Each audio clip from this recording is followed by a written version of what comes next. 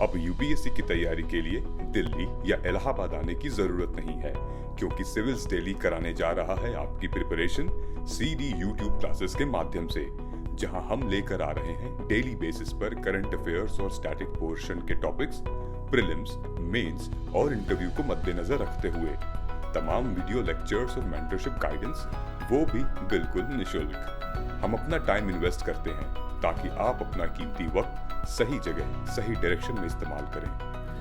Press the bell icon and subscribe to our channel to follow #CDRituals। नमस्कार दोस्तों, मैं हूं आद्या और स्वागत है आप सभी का सिविल्स डेली के daily current affair analysis program में। तो चलिए बात करेंगे उन खास खबरों की जो आज के न्यूज़पेपर की सुर्खियों में हैं और हमारे एग्जाम से रिलेटेड हैं, रेलिवेंट हैं। ठीक है, तो चलिए शुरू करते हैं खबरों का सिलसिला। लेकिन उससे पहले कल मैंने आपको एक क्वेश्चन दिया था जिसमें काफ़ी एस्पिरेंट्स ने सही आंसर्स दिए हैं। कोशिश करिए आप सभी, जितने भी लोग आप ये वीडियो देख रहे हैं, क्वेश्चंस अटेम्प्ट करने की। डेली बेसिस पर हम आपको कुछ क्वेश्चंस देते हैं, कुछ क्वेश्चंस पूछते हैं, लेकिन उनका जो मुद्दा है वो तभी सही साबित होगा अगर आप उसे ज़्यादा से ज़्यादा तादाद में अटेम्प्ट करेंगे तो। ठीक है, तो इस क्वेश्चन का आंसर जो है वो सी है। ठीक है, आप यहाँ पर मैंने इसका एक्सप्लेनेशन दे दिया है, आप इसको आराम से पढ़कर समझ भी सकते हैं। चलिए आगे चलते हैं। सबसे पहली खबर आज की जो है वो है FCRA नॉड से। देखिए ये खबर कुछ दिनों पहले भी आई थी, जो ये हमारे पर इस पर जो FCRA रजिस्ट्रेशन जो हैं वो कैंसिल किए गए थे। ठीक है, चर्च के उस पर। ठीक है, वो चैरिटी मिशनरी जो कि मदर टेरेसा से रिलेटेड था, उसका जो है पहले नॉट कैंसिल हुआ था। आज अगेन ये न्यूज़ इंपॉर्टेंट में है, इसलिए हमें दोबारा ये न्यूज़ आई है। दिस मीन्स कि भाई ये न्यूज़ इंपॉर्टेंट हो सकती है। अब यहाँ पर इंपॉर्टेंट क्या है ये समझने की बात है। तो अगर हम ये देखें कि भाई कौन कौन से वो इंस्टीट्यूट्स हैं जिन्हें लूज़ किया है, ठीक है, ये इंपॉर्टेंट नहीं है। इंपॉर्टेंट है यहाँ पे FCRA की रेगुलेशंस को समझना, FCRA को इन होल समझना, एंड दूसरी चीज़ कि क्या उसमें कुछ जो चेंजेस आए हैं वो, या क्या वो बेसिस है जिन पर ये नोट्स कैंसिल हुए हैं, लूज़ किए गए हैं। ठीक है, तो चलिए देखते हैं इस न्यूज़ को थोड़ा सा डिटेल में। तो 3 ऐसे ऑर्गेनाइजेशंस हैं। पहला है हमारा तिरुमला तिरुपति देवस्थानमस, ठीक है, दूसरा है रामकृष्ण मिशन और तीसरा है श्री साईं बाबा संस्थान ट्रस्ट, जिसे हम SSST भी कहते हैं। शिरडी में है ये, आप सभी को पता होगा। तो ये जो 3 हैं ये उन 6000 NGOs के लिस्ट में आते हैं जिन्हें FCRA रजिस्ट्रेशन रीन्यू नहीं किया गया, जिनका FCRA रजिस्ट्रेशन जो है नॉट जो है वो रीन्यू नहीं किया गया है। ठीक है, दूसरी चीज़ ये कि जो तिरुपति वेंकटेश्वरा टेम्पल है ये कहाँ है, ये आंध्र प्रदेश में है। रामकृष्ण मिशन कहाँ है, जो कि रजिस्टर्ड है एज हिंदू ऑर्गेनाइजेशंस, ये कई जगहों पर है, सिर्फ एक किसी उसमें नहीं है बल्कि कई जगहों पर ये स्थित है। और तीसरा जो हमारा SSST था वो तो शिरडी में है ही है। ठीक है, ये इन्होंने वो कैटेगरी के अंदर जो है ये आते हैं जिनका कि रिलीजियस कैटेगरी कंट्रीब्यूशन जो है, फॉरेन कंट्रीब्यूशन के तहत इनको मिलना था। जो ग्रांट्स थी हमारी, जो कंट्रीब्यूशंस थे, जो डोनेशंस थे जो हमें दूसरे देश से हमारे पास आते हैं, ठीक है, उनके द्वारा जो मिलने थे वो कैंसिल कर दिए गए हैं। ठीक है, और ये सभी हिंदू रिलीजियस ऑर्गेनाइजेशन के तहत आइडेंटिफाइड हैं। किसके तहत आइडेंटिफाइड हैं, ये इंपॉर्टेंट है, ये देख लो, हिंदू रिलीजियस ऑर्गेनाइजेशंस के नाम से। ठीक है, तो इन तीनों को ही इस कैटेगरी में डाला गया है। रजिस्टर्ड एसोसिएशंस जो होती हैं, जो हमारे FCRA के तहत होती हैं, वो रिसीव कर सकती हैं फॉरेन कंट्रीब्यूशंस कुछ पर्पसेस से, जैसे कि social purpose, educational purpose, cultural purpose, ठीक है, या फिर इकोनॉमिक पर्पस भी। तो आपको जो है अपना पर्पस जो है, जो आपका वो है, वो आइडेंटिफाई करना होता है, और उस पर्पस के अगर जो क्राइटेरियाज हैं उसमें आपकी कॉन्ट्रीब्यूशंस आ रही हैं तो आपको दी जाएंगी। अगर थोड़ा भी उससे आगे पीछे हुआ तो वो कैंसिल कर दी जाएंगी। वही हुआ है यहाँ पर। ठीक है, और FCRA हर उस ऑर्गेनाइजेशन, रजिस्ट्रेशन जो FCRA का, वो हर उस ऑर्गेनाइजेशन के लिए कंपल्सरी है, मैंडेटरी है, जिन्हें की फॉरेन फंड्स रिसीव करनी है। ठीक है, तो कोई भी NGO हो, कोई भी संस्थान हो, अगर उन्हें फॉरेन कंट्रीब्यूशन मिल रहा है, फॉरेन से डोनेशंस आ रही हैं, तो आपको खुद को FCRA के तहत जो है, FCRA एक्ट के तहत जो है वो रजिस्टर कराना होगा। समझते हैं क्या है ये FCRA वगैरह थोड़ा सा और। तो देखो, जो फॉरेन कंट्रीब्यूशन रेगुलेशन एक्ट है 2010 के नाम से इसको जाना जाता है, FCRA 2010, ठीक है, या 2010 भी कह सकते हो। अब मिनिस्ट्री ऑफ होम अफेयर्स जो है वो इसको देखता है, ठीक है। और according to ministry of home affairs ये बात हो रही है कि 2016 से 2020 के बीच में गवर्नमेंट ने FCRA लाइसेंसेस को कैंसिल किया है फॉर मोर देन 6,600 NGOs। कितने NGOs? 6600 NGOs का लगभग लाइसेंस कैंसिल किया गया है, और सस्पेंड हुए हैं उनमें से कितने? 264 जो है उनमें से सस्पेंड भी किए हैं। अब हाल ही में क्या हुआ, जो ये मिशनरी वाली न्यूज़ आई थी एक हफ्ते पहले, उसमें और उसके पहले भी जो सुप्रीम कोर्ट है हमारा बेसिकली, ठीक है, उसने गवर्नमेंट में यहाँ पर पूछा, गवर्नमेंट से पूछा कि why the ministry of home affair has been tasked to keep an eye on the inflow and subsequent outflow of foreign funds to NGOs under the FCRA law, ठीक है। मतलब ये कि भाई मिनिस्ट्री ऑफ होम अफेयर्स जो है उनको आपने ये सर्विलांस का टास्क क्यों दिया गया है कि भाई आप आंख रखो कि भाई कितना इनफ्लो आ रहा है, कितना आउटफ्लो जा रहा है, जो भी हमारे NGOs हैं फॉरेन लेवल पर। मुद्दा पूछा है, रीज़न मांगा है, ठीक है।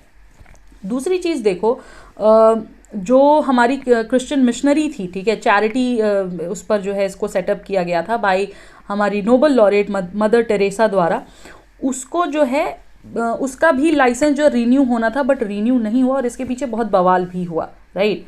और ये भी कहा गया कि मिनिस्ट्री ने ये रिफ्यूज़ कर दिया इसको रिन्यू करने से, क्योंकि उन्होंने नोटिस किए इसमें सम एडवर्स इनपुट्स जो कि मिनिस्ट्री द्वारा नोटिस की गई हैं, और वही रीज़न माने गए। अब वो इनपुट्स क्या हैं क्या नहीं है उसको कहीं स्टेट नहीं किया गया, ठीक है।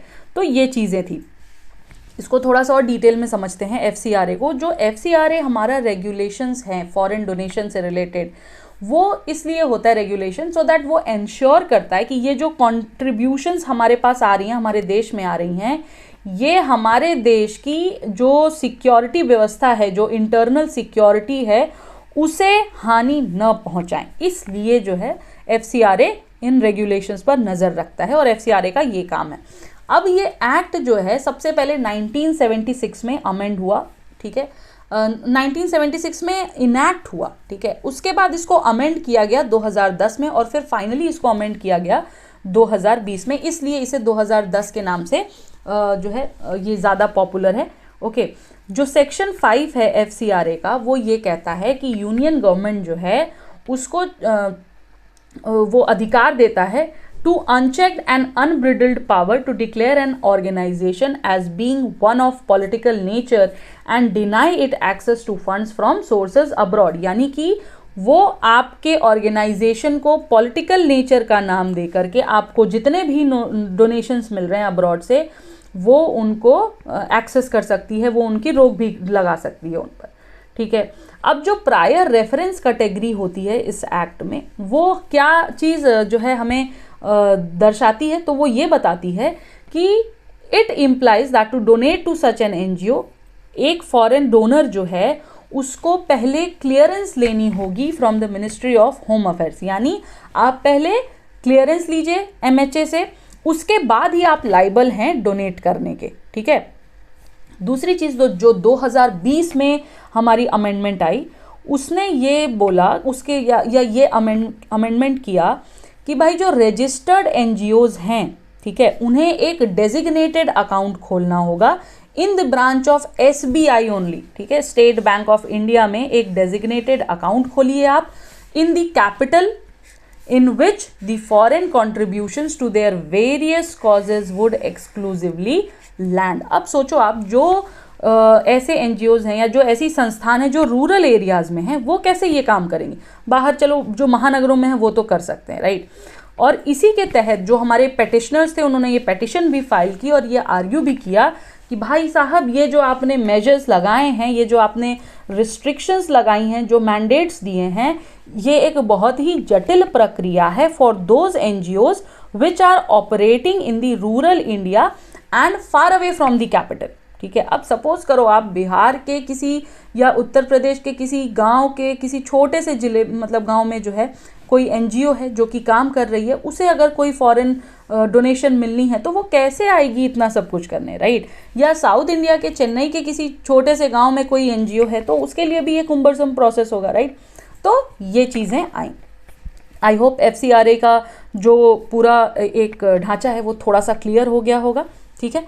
चलिए आगे चलते हैं। हमारी दूसरी खबर जो है वो है एक रॉक म्यूजियम से रिलेटेड, और ये रॉक म्यूजियम भी कैसा, ओपन रॉक म्यूजियम, जिसे इनॉग्रेट किया है हमारे union minister of state science and technology Jitendra Singh ने, ठीक है। और ये म्यूजियम जो है ये अपने आप में ही एक अनोखा म्यूजियम है, एक अलग प्रकार का है। क्यों? क्योंकि ये पहला ओपन म्यूजियम है, फर्स्ट ओपन रॉक म्यूजियम है ये। और ये कहाँ हुआ है, कहाँ खुला है ये? तो ये खुला है CSIR NGRI इन हैदराबाद में। हैदराबाद में ये खोला गया। प्रीलिम्स के नज़रिए से ये काफ़ी इंपॉर्टेंट है, ठीक है। मेंस के नज़रिए से उतना नहीं, बट हाँ प्रीलिम्स के नज़रिए से काफ़ी इंपॉर्टेंट है। अब इस म्यूजियम की खासियत क्या है, तो यहाँ पे अलग अलग प्रकार, भिन्न भिन्न प्रकार के जो है टाइप्स ऑफ रॉक्स डिस्प्ले की गई हैं, और इन रॉक्स को अलग अलग स्टेट से इकट्ठा किया गया है। लेकिन ताज्जुब की बात है, जो रॉक्स इकट्ठी की गई हैं, जो गैदर की गई हैं, उनकी एज 3.3 बिलियन ईयर्स से लेकर 55 मिलियन ईयर्स तक की है, यानी बहुत ही ज़्यादा पुराने रॉक्स हैं ये, है ना।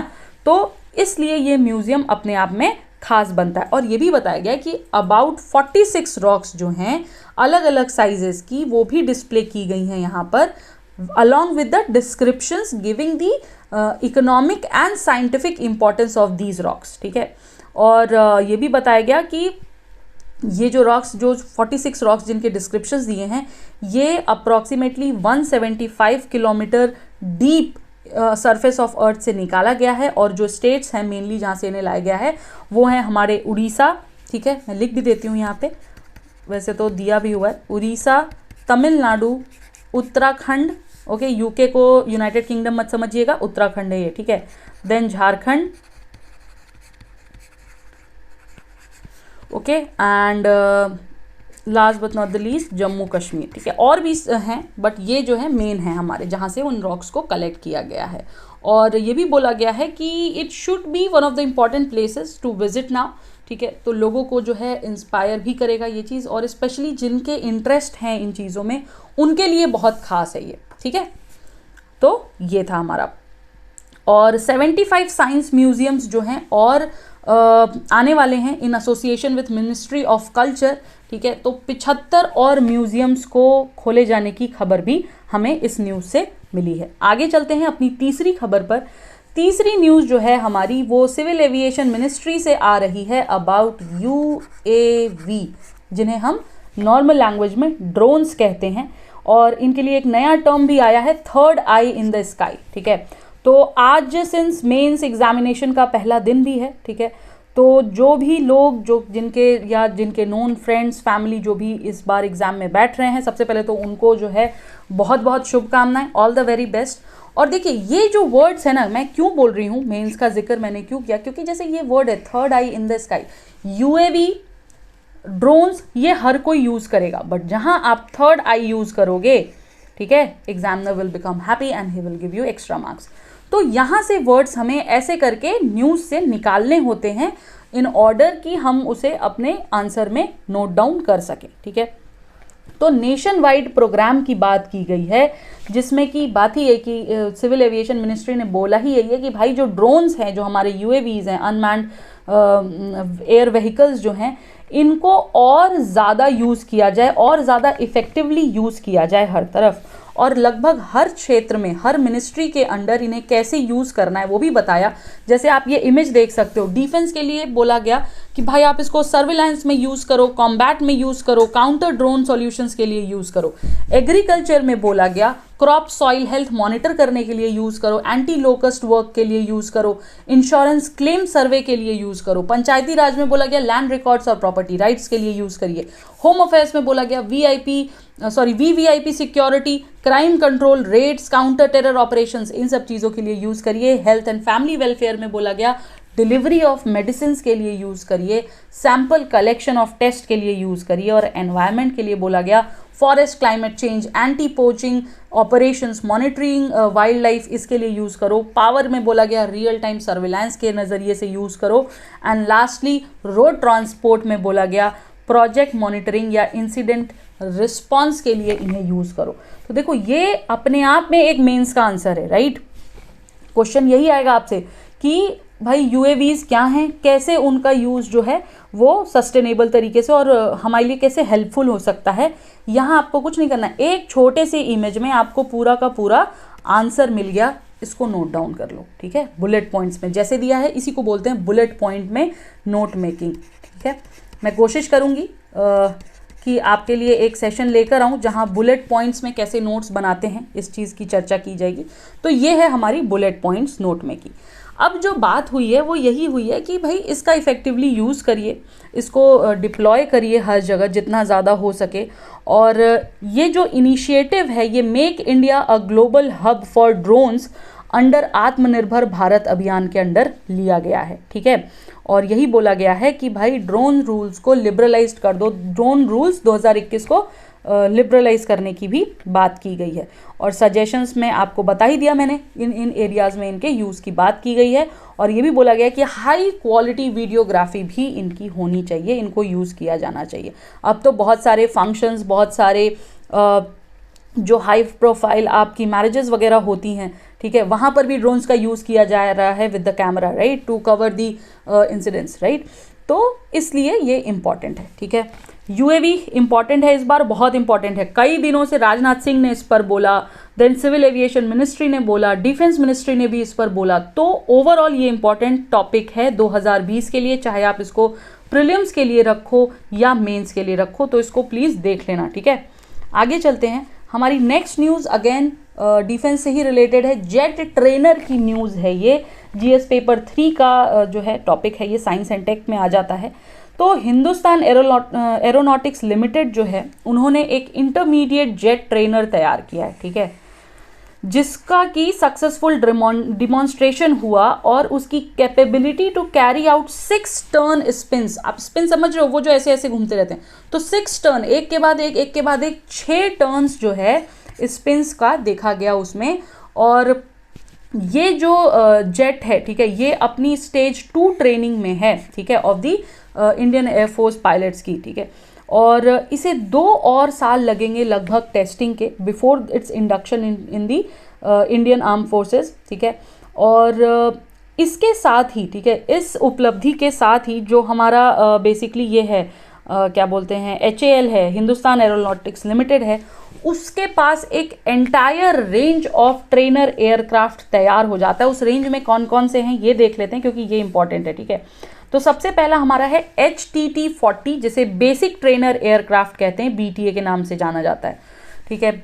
और दूसरा है IJT, जिसे हॉक एडवांस जेट ट्रेनर कहते हैं, AGT के नाम से जाना जाता है। उसके बाद है हमारा the lead in fighter trainer lift, ठीक है। और ये सारे तो हैं, इसके साथ साथ लाइट कॉम्बैट एयरक्राफ्ट तेजस भी है, जिसको कि ट्विन सीट ट्रेनर एयरक्राफ्ट के तहत यूज़ किया जा रहा है, ठीक है। तो ये आप देखो एक बहुत वास्ट रेंज ऑफ जो हमारे ये हैं ट्रेनर क्राफ्ट्स हैं, ये रेडी हो गए हैं, जेट क्राफ्ट जो हैं हमारे ये रेडी हो गए हैं, ठीक है। तो इसकी न्यूज़ बताई गई है हमारे, और कहा गया है कि ये जो प्रोग्राम था जेट ट्रेनर का, उसके बारे में बताइए, 2016 में इसको हॉल्ट कर दिया गया था, लेकिन वापस से जो फ्लाइट टेस्टिंग है वो अप्रैल 2019 में रिज्यूम कर दी गई थी। और इसमें जो भी मेजर मॉडिफिकेशंस आएंगे विद टाइम उसको अप्लाई करते रहा जाएगा फॉर द नेक्स्ट 2 ईयर्स, और इसीलिए 2 साल का जो है टेस्टिंग इंडक्शन भी माना गया है, इसके लिए इंडक्शन पीरियड रखा गया है, ठीक है। क्लियर है। आगे चलते हैं नेक्स्ट न्यूज़ पर। हमारी नेक्स्ट न्यूज़ जो है वो थोड़ी सी दुखदाई है, क्योंकि मैं दुखदाई इसलिए बोलती हूँ क्योंकि भाई जहाँ भी बड़ी तादाद में लोगों की जान मान की हानि होती है वो ऑटोमेटिकली दुखदाई हो जाता है। कोई भी देश ये देखकर खुश नहीं होता कि उस देश में कितने लोगों को हानि पहुंची, क्षति पहुंची, ठीक है। और रशिया में रशिया लेड ट्रूप्स जो हैं वो फाइनली जो है डिप्लॉय कर दिए गए। कहाँ? कज़ाकिस्तान में। कज़ाकिस्तान जो कि one of the non violent Nations के रूप में जो है फेमस था सिंस दी जो हमारे एक्स सोवियत रिपब्लिक्स थे, ठीक है, एक्स सोवियत रिपब्लिक्स में बहुत सारे देश आते हैं, कौन कौन से एक्स सोवियत नेशंस थे ये आपको मुझे बताना है। ये आपके लिए आज का क्वेश्चन है, एक्स सोवियत रिपब्लिक्स कौन कौन से थे सेंट्रल एशिया वाले, इनका नाम आप हमें कमेंट बॉक्स में लिखकर बता दीजिए फटाफट से, ठीक है। मालूम होगा आई एम श्योर, क्योंकि कोई बहुत टिपिकल क्वेश्चन मैंने आपसे नहीं पूछा, नहीं भी मालूम तो आप गेस करके बताइए, ठीक है। अब देखो हुआ क्या यहाँ पर, ये जो पूरी स्टोरी है पहले हम इसको समझ लेते हैं, फिर हम आएंगे इसकी न्यूज़ पर, ठीक है। तो आप देखो अनरेस्ट हो रखा है कजाकिस्तान में। जनवरी 2 तारीख को प्रोटेस्ट हुआ कजाकिस्तान में related to LPG price hike, ठीक है, इसको लेके प्रोटेस्ट शुरू हुए। ये अनरेस्ट धीरे धीरे और ज़्यादा फैलता गया और रीजनल हब ऑफ अक्ताऊ में जो है on the ex Soviet countries Caspian sea coast जिसको कहते हैं, आप ये देख सकते हो, ठीक है, ये मैप है हमारा, ओके। तो यहाँ पर जो है ये फैलना शुरू हुआ। 4 जनवरी को क्या हुआ, थाउजेंड्स और take to the street of the Almaty. Almaty यहाँ की बहुत फेमस सिटी मानी जाती है, लार्जेस्ट सिटी है वो कजाकिस्तान की। देखो एक और फैक्ट आ गया, which is the largest city of Kazakhstan, okay. तो ये चीज़ें नोट डाउन करते जाइए, ओके, ठीक है। तो वहाँ पर अलमाटी तक ये स्प्रेड हो गया और वहाँ पर पुलिस ने टीयर गैस और स्टन ग्रेनेड से लोगों को रोकने की कोशिश की। यहीं पर स्टेट ऑफ इमरजेंसी लगती है अगले दिन से ही, ठीक है। और बहुत लोगों ने ये भी चिल्लाया अपने विद्रोह में कि भाई ओल्ड मैन आउट के रेफरेंस लगाए गए रिलेटेड टू दी जो यहाँ के हमारे मेन लीडर हैं, उनका नाम है टोकायेव, ठीक है। टोकायेव के अगेंस्ट में लोगों ने नारे लगाए और ये भी कहा गया कि भाई जो ये पूरा प्रोटेस्ट बढ़ रहा है ये धीरे धीरे कजाकिस्तान की फोर्सेस से आउट ऑफ कंट्रोल होने लगा था, ठीक है। 5 तारीख को टोकायेव ने सैक किया उनके कैबिनेट को in a bid to the head of the unprecedented unrest, but protesters gather again. फिर भी प्रोटेस्टर्स का जो तादाद था वो बढ़ती गई। उन्होंने रोड ब्लॉक्स की, उन्होंने स्टॉर्मिंग की, अलमटीज लोकल गवर्नमेंट हेडक्वार्टर्स तोड़े फोड़े, ठीक है। ये सारी चीज़ें धीरे धीरे करते करते जो है 6 जनवरी तक पूरा ही टेरर का माहौल बन गया और फाइनली 13 सिक्योरिटी ऑफिसर्स को भी मार दिया गया और 353 के वुंडेड होने की संभावना भी दिखाई गई इन दिस अनरेस्ट। और लोकल मीडिया रिपोर्ट द्वारा ये हमें जानकारी प्राप्त हुई है। हेल्थ मिनिस्ट्री का कहना है कि 1000 people have been wounded in this unrest, ठीक है। वापस से चलते हैं, मुद्दा जो था मेन खबर का वहाँ पर क्या है। तो देखो रशिया द्वारा जो ट्रूप्स थे, रशिया के जो ट्रूप्स हैं वो फाइनली उनको डिप्लॉय कर दिया गया है कजाकिस्तान में, ये है आज की खबर। और इसलिए इन्हें डिप्लॉय किया गया है ये सोचते हुए कि ये जो अनरेस्ट हो रहा है, जो चीज़ बढ़ रही है, इसको कंट्रोल में लाया जा सके, ठीक है। और कजाकिस्तान को जैसे कि मैंने बोला one of the most stable x Soviet republics of Asia, central Asia माना जाता था।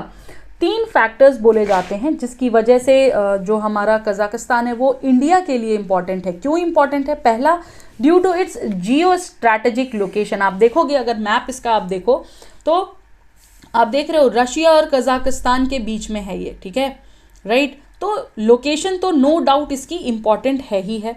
उसके बाद दूसरा जो था वो है इकोनॉमिक पोटेंशियल। आपको पता है एनर्जी रिच जो है कंट्री माना जाता है कजाकिस्तान, तो इकोनॉमिक पोटेंशियल तो है ही।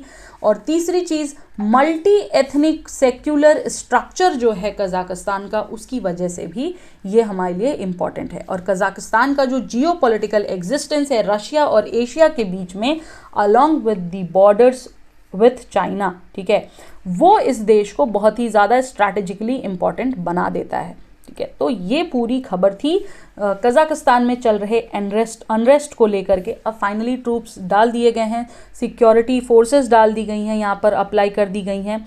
रशिया की जो पैरा ट्रूपर्स थे, मिलिट्री यूनिट्स थे अदर देन CSTO, ठीक है, वो भी यहाँ पर लगा दिए गए हैं। और ये पहला ऐसा फर्स्ट मेजर जॉइंट एक्शन है 1999 के बाद, ठीक है। तो भाई बड़े लेवल पर बवाल हुआ है, बड़े लेवल पर क्षति पहुंची है लोगों को, उसको अब नॉर्मल किए जाने के लिए ट्रूप्स को डिप्लॉय किया गया है यहाँ पर। और ये सारा मुद्दा किस वजह से उठा? ये सारा मुद्दा उठा है प्राइस हाइक की वजह से, ठीक है, जो इनके एलपीजी के प्राइसेस हाइक हुए हैं और भी जगहों पर प्राइस हाइक हुए हैं, उसकी वजह से ये सारा बवाल खड़ा हुआ है। देखते हैं आगे क्या होगा, आने वाले दिनों में इसकी हमें खबरें मिलती रहेंगी। लेकिन हाँ, एक बहुत अच्छी न्यूज़ तो नहीं है, लेकिन हाँ एक दुखदाई परेशान करने वाली न्यूज़ ज़रूर है, क्योंकि किसी भी बवाल में, किसी भी प्रकार के विद्रोह में जो आम जनता है, जो इनोसेंट जनता है, उनका लॉस होता है। ठीक है, तो ये थी हमारी कज़ाकिस्तान की खबर। अब है आपके लिए आज का क्वेश्चन, जो कि मैंने ड्रोन टेक्नोलॉजी से रिलेटेड ही दिया है। ठीक है, इसको पढ़िए, इसको कोशिश करिएगा सॉल्व करने की, और आंसर आपको मुझे कहाँ बताना है, कमेंट सेक्शन में। तो मैंने आपको आज जो भी क्वेश्चंस दिए हैं, 2-3 क्वेश्चंस दिए हैं, please try to answer them. ठीक है, ये मैं आपके ही बेनिफिट के लिए करती हूँ, कहती हूँ, और इससे यकीन मानिए मेरा कोई फ़ायदा नहीं है, इससे सिर्फ और सिर्फ आपका ही फ़ायदा होगा। क्योंकि जो भी क्वेश्चंस आप अटेम्प्ट करेंगे ना, अगर उससे रिलेटेड 10% भी एग्जाम में आता है, you won't ever forget that, क्योंकि आपको पता होगा कि आपने ये क्वेश्चन हमारे साथ अटेम्प्ट किया था। ठीक है, तो चलिए इसी के साथ आज की क्लास को मैं यहीं रोकती हूँ। और हाँ, आप हमारे साथ जुड़ सकते हैं डेली #CD रिचुअल्स में, जहाँ हम आपके लिए लेकर आते हैं तमाम क्लासेस। ठीक है, तो मिलेंगे कल फिर इसी समय। Thank you so much guys, and till then take care. Covid से अपने आप को ज़रूर बचाएं, पूरे प्रिकॉशंस रखें, एंड जय हिंद, जय भारत, नमस्कार। और yes, do not forget to like, subscribe and share also. Thank you so much.